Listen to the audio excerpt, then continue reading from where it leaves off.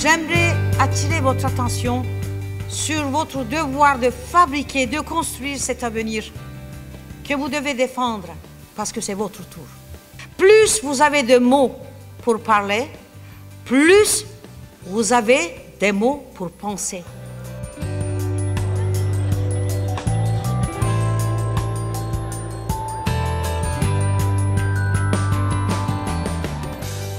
Nous, adolescents, qui sommes toujours entretenus, éduqués et conseillés par nos parents, nos professeurs, pensez-vous que c'est si facile d'avoir une autonomie de jugement, de pouvoir affirmer ses propres convictions? Pensez-vous qu'ils n'ont aucune influence sur nous?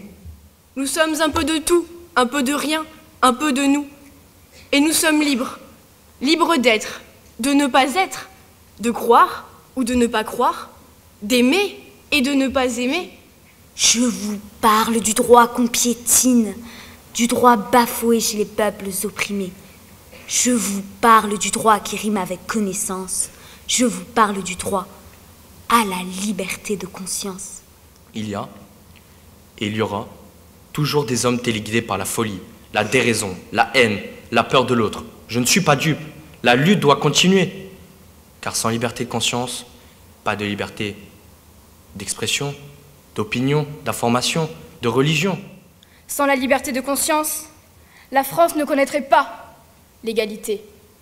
Elle ne connaîtrait pas la laïcité.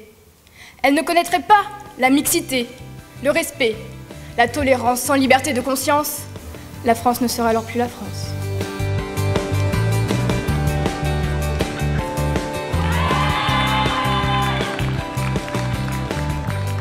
La liberté de conscience est individuelle et doit être respectée, voire encouragée. Elle fera de nous un être heureux, épanoui et qui peut faire face à toutes les situations. La France est une menteuse. Vous le savez autant que moi. Elle vous assure liberté, égalité, fraternité.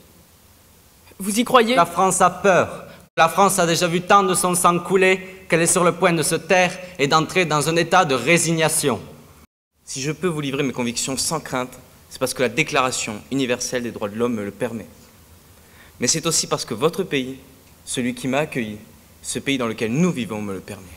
N'ayez pas peur d'affirmer votre conscience et de la démontrer dans le but de lui donner la possibilité de rivaliser avec celle des autres.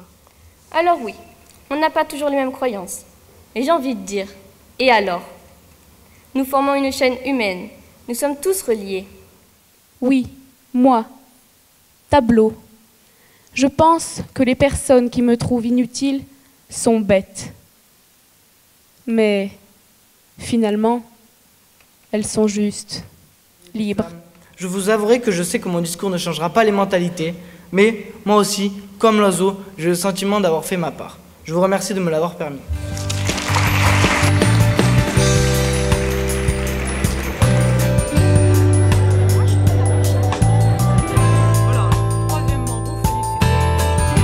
N'oubliez pas ce que vous avez été capable de faire aujourd'hui. Ne laissez personne vous assigner des barrières, parce que quand on a été capable de faire ce que vous avez fait, tout est permis. Lorsque nous avons choisi, nous avons dû discuter âprement, mais absolument honnêtement.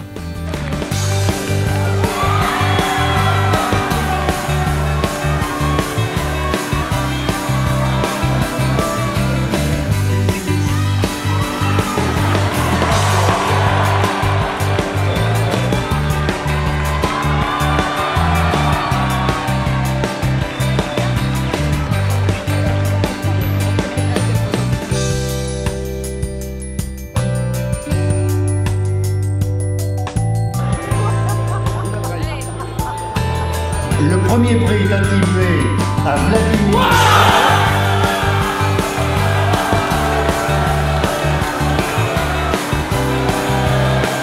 Ça m'a apporté beaucoup de connaissances. Je pensais pas que la liberté de conscience était un sujet aussi ouvert et je pensais pas que je me retrouverais là. Je suis très fière d'avoir fait ça et j'en garde un très bon souvenir. Le truc important, je pense, de ce travail, c'est surtout la liberté. savoir s'exprimer et exprimer surtout les idées auxquelles on pense. C'est un travail en amont avec ma classe extraordinaire qui m'a appris beaucoup de choses. Et c'est une très bonne expérience et c'était vraiment quelque chose de formidable à vivre.